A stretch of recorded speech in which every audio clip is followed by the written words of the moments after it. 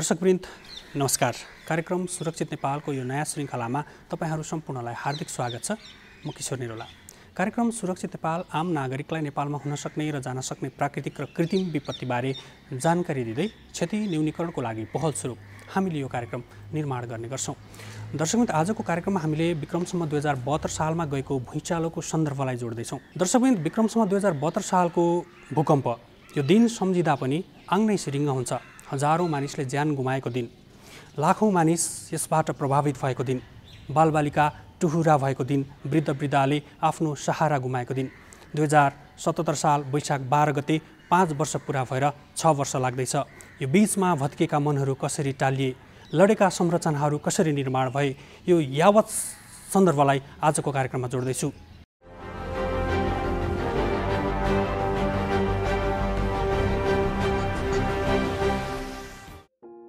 विक्रमसम्म 2072 साल वैशाख 12 गते शनिबारका दिन स्थानीय समयअनुसार 11 बजेर 56 मिनट जाँदा नेपालमा 7.6 रेक्टर स्केलको भूकम्पले धक्का दियो।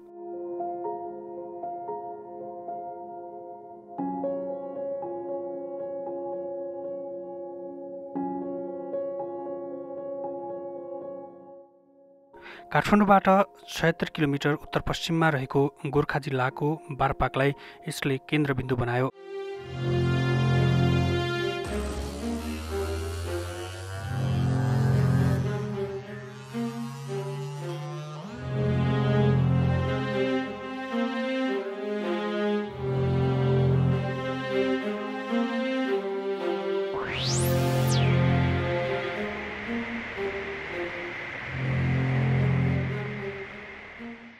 विनाशकारी भूकम्पमा परि 8,790 जनाको मृत्यु भयो।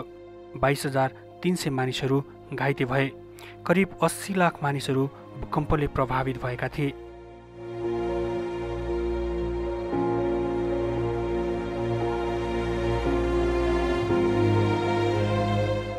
देशको 77 जिल्लामध्ये 31 जिल्ला प्रभावित भएको थियो, जसमध्ये 14 जिल्ला उद्धार र राहत वितरणको उद्देश्यले सङ्कटग्रस्त घोषणा भएको थियो।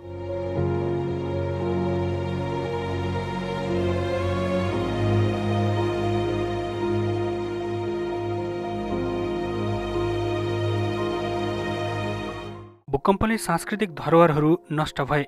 सामुदायिक विद्यालयहरूमा ठूलो क्षति भयो। सडक, पुल, कृषियोग्य जमिन, जलविद्युत आयोजना र अन्य धेरै संरचना भूकम्पले क्षति गर्यो। 5 लाखभन्दा बढी निजी घरहरू नष्ट भएका थिए।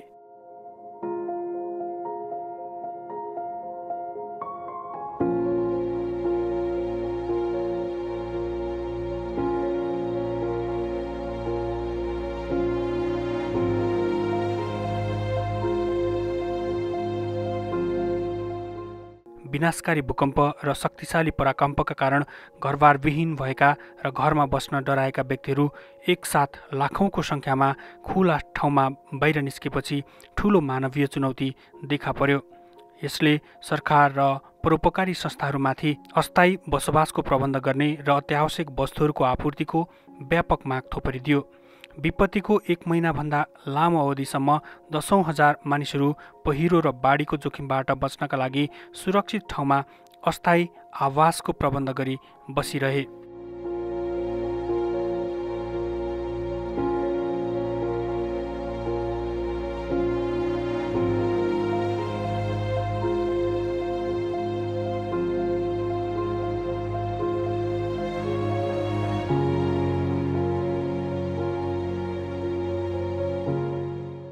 विक्रमसम्म 2077 साल वैशाख 12 गते विनाशकारी भूकम्प गएको 5 वर्ष पुरा भएर 6 वर्ष लाग्दैछ। भूकम्पले भत्किएका मनहरू र भौतिक संरचनाको पुनर्निर्माण कार्य आजसम्म आइपुग्दा धेरै संरचनाहरू निर्माण भइसकेका छन्। राष्ट्रिय पुनर्निर्माण प्राधिकरणको गठन भएको करिब 4 वर्षको अवधिमा पुनर्स्थापनाका कार्यमा महत्त्वपूर्ण उपलब्धिहरू हासिल भएका छन्। भूकम्पले प्रभावित 32 जिल्लामा ठूलो सङ्ख्यामा भूकम्प प्रतिरोधी संरचनाहरू तयार भएका छन्। 74% को काम त हामी सम्पन्न नै गरिसकेका छौँ। अर्को 20% को काम चाहिँ हाम्रो अहिले काम भइराखेको छ।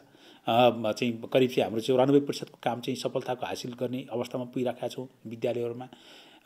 स्वास्थ्य संस्थाहरूतर्फ हाम्रो 1197 वटा बनाउनु पर्ने थियो। त्यसमध्येमा अहिलेसम्म हामी 56% त सम्पन्न नै गरिसकेका छौँ।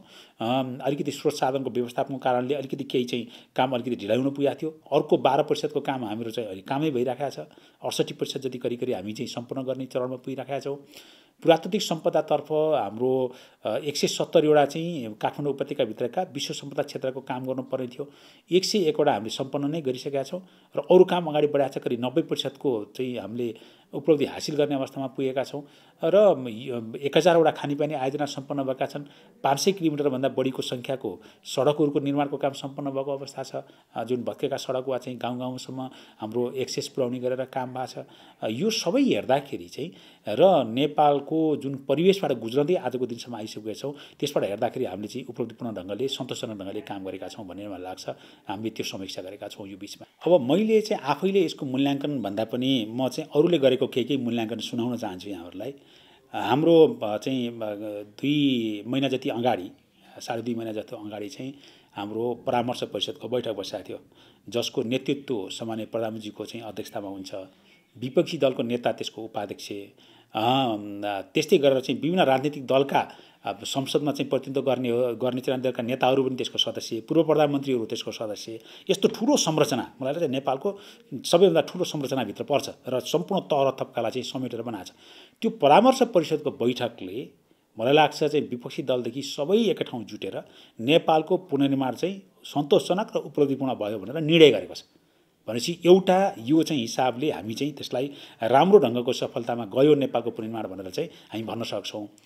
दोस्रो चाहिँ अन्तर्राष्ट्रिय समुदाय जसले पैसा दिएको छ हामीलाई।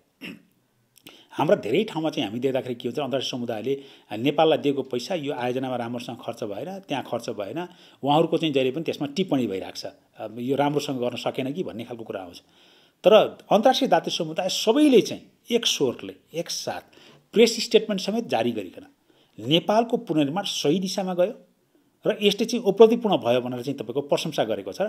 हामीले गरेका आयोजनाहरूले चाहिँ त्यही एवार्ड प्राप्त गरेको छ, पुरस्कार प्राप्त गरिरहेको छ उनीहरूको कार्यक्रमभित्र राम्रो कार्यक्रम हो भनेर, हैन। र दातृ निकायले चाहिँ हिजो प्रतिबद्धता गरेको रकम जति छ हामी 100% रकम ल्याउन सक्ने अवस्थामा पुग्यौँ।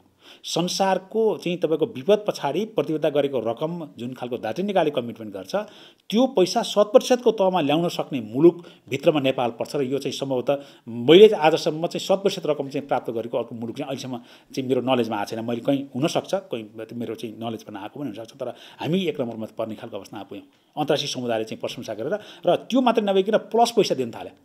विश्व ब्याङ्कले 500 मिलियन बराबरको चाहिँ प्रतिबद्धता गरेको थियो, अहिले चाहिँ तपाईँको चाहिँ अर्को 200 मिलियन बराबरको 700 मिलियनसम्म दिने, अर्थात् हामी चाहिँ तपाईँको चाहिँ अर्को 22 अरब बराबरको चाहिँ भर्खरै सम्झौता गरेका छौँ। अन्तर्राष्ट्रिय समुदायले प्रशंसा गरेका छ। राजनीतिक दलहरूको तर्फबाट चाहिँ अब गाउँ गाउँमा जानुहुन्छ भनेदेखि जनताको मूल्याङ्कनको हिसाबले भन्नुहुन्छ भने वास्तवमा चाहिँ म जतिखेर गाउँमा जान्छु प्राधिकरणको प्रमुख हो भनेर चाहिँ भन्ने बित्तिकै जनताबाट त्यो अपार माया र चाहिँ एउटा चाहिँ सद्भाव र जुन चाहिँ सम्मान प्राप्त गरिन्छ त्यो अत्यन्त भित्रदेखि चाहिँ सन्तोषको विषय देख्छु।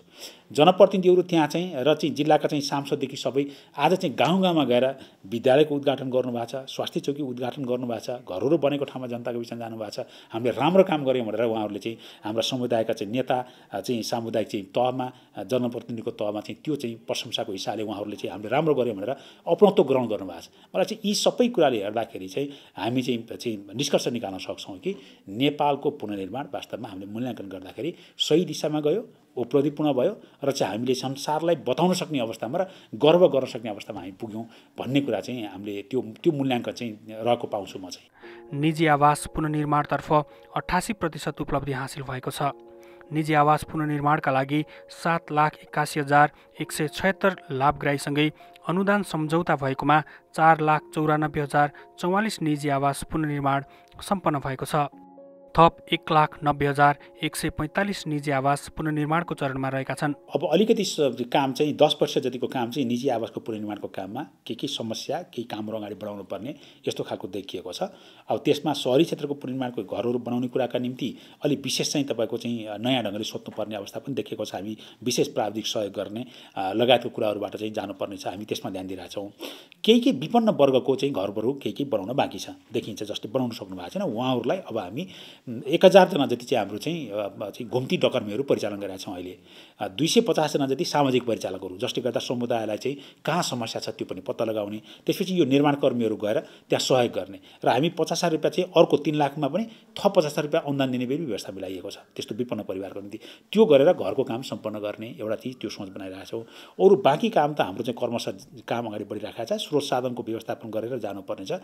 अब एउटा विषय के छ नि, यो कोरोनाको जुन महामारी छ यो कहिले कसरी टुङ्गिन्छ अझै पनि थाहा छैन हैन।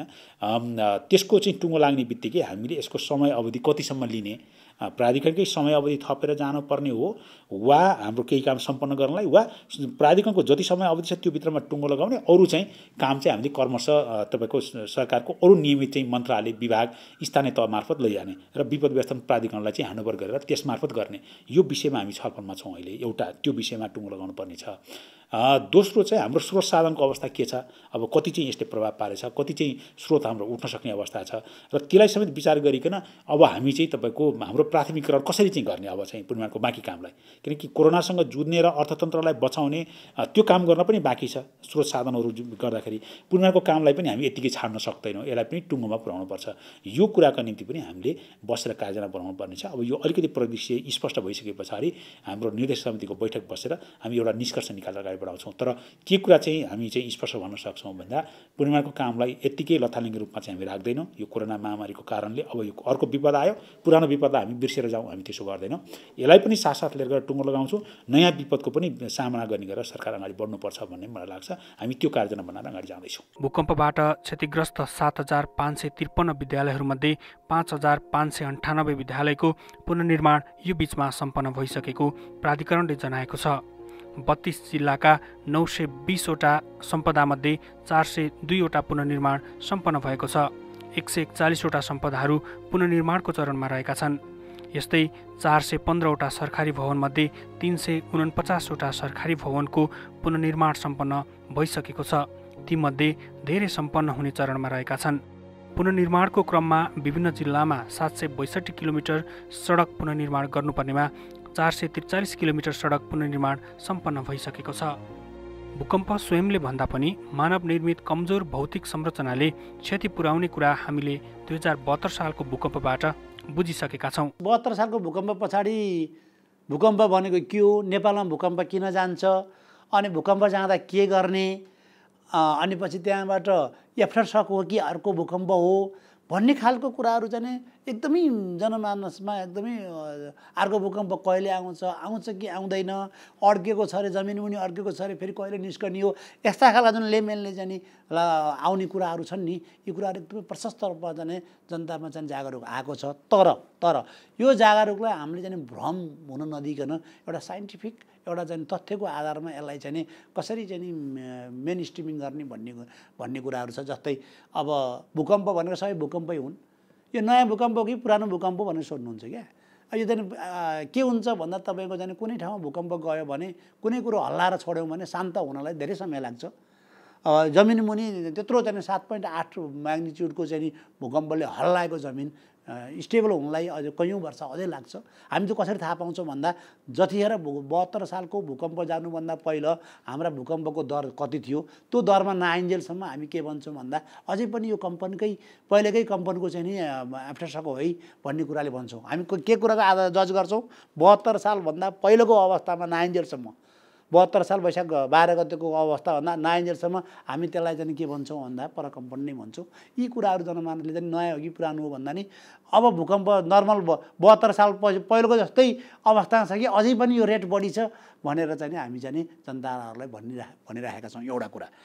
दोस्रो कुरो के पनि छ भन्दाखेरि तपाईँको चाहिँ नि अब जापानमा अन्य मुलुकहरूमा यसको चाहिँ नि क्लास 1 देखि यसको चाहिँ करिकुलम छ क्या। कहीँ कार्टुन बनाएर होला, कुनै ठाउँमा चाहिँ नि हैन कमिक्सहरू बनाएर होला, कुनै ठाउँमा चाहिँ नि अब पढ्न सक्ने भएपछि बच्चाहरू आफ्टर सक भनेको के हो त्यस्ता खालका चाहिँ नि किताबहरू अथवा त्यस्तै अनि पढाइमा युनिभर्सिटीमा पढाइमा र चाहिँ नि विद्यावारिधीको पढाइमा। हाम्रो त हेर्नुहोस् यो त कहीँ पनि पढाइमा छैन। हाम्रो यो चाहिँ नि यो फर्मल एजुकेसनमा नभएको कारणले गर्दा हामीलाई यो बढी चाहिँ नि हाउगुजी भयो क्या।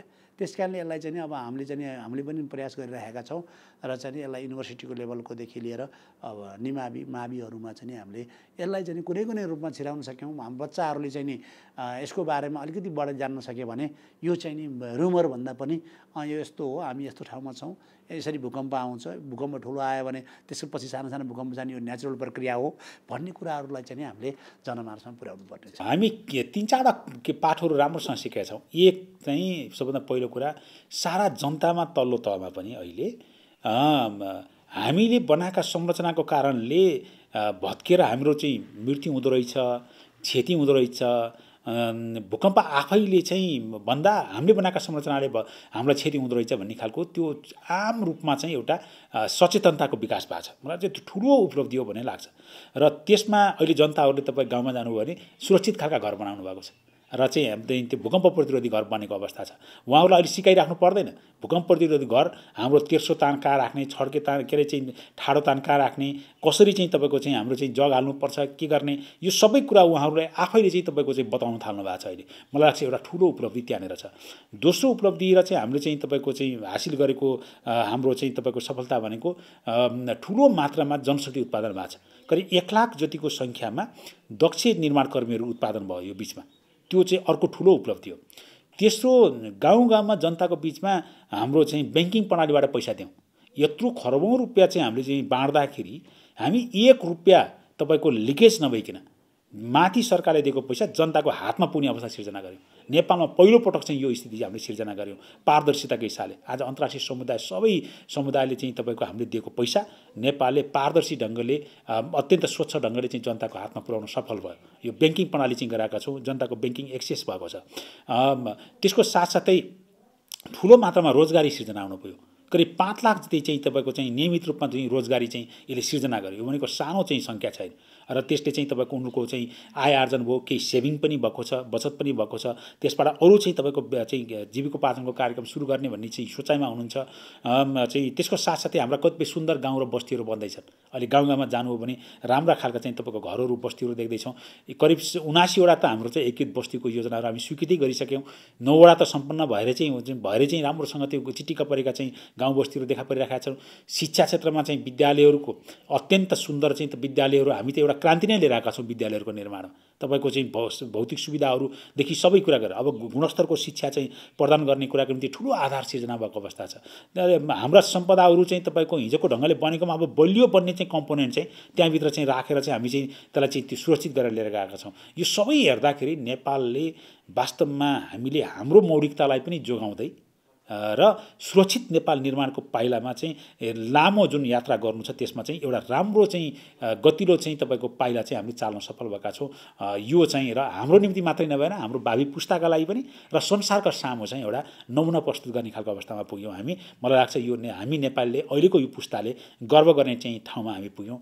यो मलाई चाहिँ त्यो ठुलो उपलब्धि हो भन्ने म ठान्दछु। एउटा कुरा त सबैभन्दा महत्त्वपूर्ण पक्ष नेपालको के देखिन्छ जुन चाहिँ संसारले मुक्त कण्ठले प्रशंसा गरेको छ, नेपाली जनताको हाम्रो स्थानीय समुदायको जुन भूकम्प के अरे विपदबाट प्रतिरोधी गर्ने, विपदसँग पनि जुधेर चाहिँ त्यसपछि गएर त्यसबाट बचेर अगाडि आउने जुन खालको चाहिँ तपाईँको क्षमता छ नि, यो संसारले मुक्त कण्ठले प्रशंसा गरेको छ।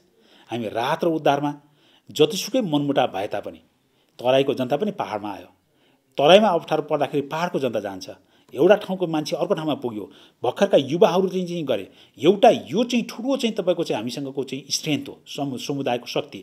त्यो चाहिँ संसारले मुक्त कण्ठले प्रशंसा गरिरहेछ। आगामी दिनमा पनि यो सामुदायिक खालको चाहिँ जुन रिजिलियन्सको क्यापेसिटी भन्छौँ हामी, त्यो क्षमतालाई हामीले निरन्तरता दिने र त्यसलाई चाहिँ बढावा दिने कामलाई त्यसलाई चाहिँ तपाईँको प्रमोट गर्ने काम चाहिँ गर्नुपर्छ। एउटा यो चाहिँ गऱ्यो भने विपदमा सबभन्दा पहिलो चाहिँ तपाईँको चाहिँ गएर त्यसको सुरक्षा र चाहिँ त्यसलाई काम गर्ने भनेको त छिमेकी नै हुँदो रहेछ नि, आखिर समुदाय नै हुँदो रहेछ। अन्तर्राष्ट्रिय समुदाय अरू चाहिँ ठाउँबाट गएर चाहिँ कर्मश हुँदै जाँदो रहेछ। पहिला चाहिँ त्यो गर्नु पर्दो रहेछ, समुदायको क्षमता अभिवृद्धि गर्ने। स्थानीय चाहिँ त सरकार बनेको छ अब हाम्रो संविधान त अधिकार सम्पन्न, त्यसको क्षमता अभिवृद्धि गर्ने, जनप्रतिनिधिको क्षमता अभिवृद्धि गर्ने। एउटा चाहिँ यो पाठ चाहिँ हामीले सिकेका छौँ र यो काम गर्नुपर्छ, जसले गर्दा विपदसँग जुझ्न सक्छौँ। दोस्रो, हामीलाई स्थायी खालका संरचना चाहिँदो रहेछ। पुनर्निर्माण प्राधिकरण विपद आयो त्यसरी जन्मायो, अनि पूर्व तयारी गर्ने काम चाहिँ हामीले गरेनौँ भनेदेखि त समस्या हुँदो रहेछ। त्यसैले हाम्रा घरहरू विपद प्रतिरोधी बनाउन सकेको भएदेखि त भूकम्प आए पनि ढल्दो त रहन्छ नि त। जापानका गगनचुम्बी घरहरू ढल्दैनन्, 9 रेक्टर स्केलसम्म जाँदा पनि ढल्दैनन् होइन। त्यहाँ त भूकम्प आइ नै राखेको देखिन्छ भनेपछि विपदसँग जुझ्न सक्ने खालका हाम्रो संरचनाहरू बनाउनु पर्दो रहेछ। घर भवन पूर्वाधार अरू सबै यो कुरामा चाहिँ ध्यान दिन पर्दो रहेछ। त्यसको निम्ति पूर्व तयारी महत्त्वपूर्ण रहेछ। त्यसैले एउटा चाहिँ संस्थागत संरचना राष्ट्रिय स्तरमा प्रदेश तहमा र स्थानीय तहमा पनि चाहिँदो रहेछ। त्यसैले विपद व्यवस्थापन प्राधिकरण जुन स्थापना भएको छ अहिले, अब त्यसलाई बलियो बनाउनु जरुरी छ। अहिले राष्ट्रिय प्राधिकरणले त्यो विपद व्यवस्थापन प्राधिकरणलाई हामी त्यसलाई स्ट्रेन्थनिङ गर्ने कुराको, हाम्रो अनुभवलाई त्यहाँ पठाउने कुराको, दिने कुराको ह्यान्डओभर गर्ने कामको हामी प्रक्रिया सुरु गरेका छौँ र सहकारीको काम सुरु गर्न थालिसकेका छौँ। अर्को यो गर्नुपर्दो रहेछ। त्यसको साथसाथै प्रदेश तहमा पनि त्यस्तै संरचना आवश्यक पर्दो रहेछ, जिल्ला तहमा आवश्यक पर्दो रहेछ र स्थानीय तहमा पनि आवश्यक पर्दो रहेछ। स्थानीय स्तरका विपदहरूको व्यवस्थापन गर्नलाई स्थानीय तह अन्तर्गतको त्यो संरचनाले काम गर्छ, जिल्ला तहकोले जिल्ला, प्रदेशलाई प्रदेश र केन्द्रमा केन्द्र, र माथिबाट चाहिँ साथ र सहयोग दिएपछि स्थानीय चाहिँ तहको चाहिँ तपाईँको चाहिँ संरचनाले विपद व्यवस्थापनको यो चाहिँ मेकानिजम छ त्यसलाई परिचालन गरेर काम गर्न सकिँदो रहेछ। पूर्व तयारीको निम्ति पनि, तात्कालिक चाहिँ तपाईँको चाहिँ इमर्जेन्सीको रेस्पोन्स गर्नलाई पनि चाहिँ तपाईँको चाहिँ तत्काल आपतकालीन चाहिँ तपाईँको उद्धार कार्य गर्नका लागि पनि र चाहिँ लामो चाहिँ हिसाबले चाहिँ पुनर्निर्माण गर्नको लागि र त्यसको निम्ति हामीले स्थानीय तहमै हाम्रा इन्जिनियर खटाएर काम गऱ्यौँ। बलियो घर कसरी बनाउनु पर्छ, सुरक्षित घर बनाउनु पर्छ भनेर स्थानीय तहमा काम गर्ने थायी कर्मचारीहरूलाई, इन्जिनियरलाई चाहिँ हामी तालिम दिएर चाहिँ अगाडि बढाउन थालेका छौँ। अब उनीहरूले आफैले गर्न सक्छन्। त्यो चाहिँ जरुरी छ भन्ने चाहिँ यसले सिकाएको छ र हामी त्यही दिशामा केन्द्रित भएर काम गरेका छौँ र विगतदेखि नै हामीले सम्बन्धित मन्त्रालय, स्थानीय तह र यी निकायहरूसँग सहकार्य गरेरै यो काम अगाडि बढाएका हौँ। अहिले पनि हाम्रा जनशक्ति जति पनि छन् प्राधिकरण आफ्नै जनशक्ति नभएर नेपाल सरकारकै विभिन्न तहका चाहिँ जनशक्तिहरूलाई लिएर आएर तालिम दिएर क्षमतावान बनाएर हामीले काम गरेका छौँ र भोलि ती सरकारकै तत् निकायमा उनीहरू ट्रान्सफर भएर जान्छन् भनेपछि त्यो नलेज त त्यही नै रिटेन भएर जाने भयो नि त। यो प्रक्रिया पनि अवलम्बन गरेका छौँ। त्यसैले संस्थागत चाहिँ दिगोपनाको हिसाबले पनि हामीले काम गरेका छौँ।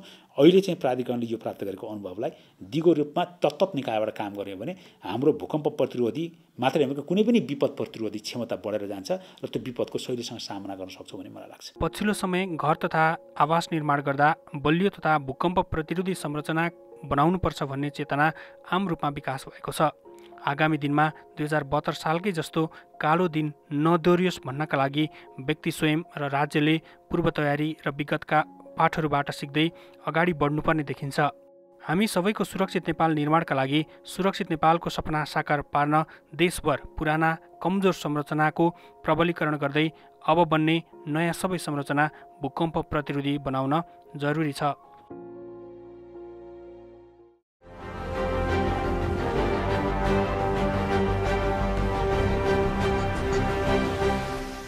दर्शकवृन्द, यति बेला हामी कोभिड-19 अर्थात् कोरोना भाइरसको जोखिम मोलिरहेका छौँ, भोगिरहेका छौँ।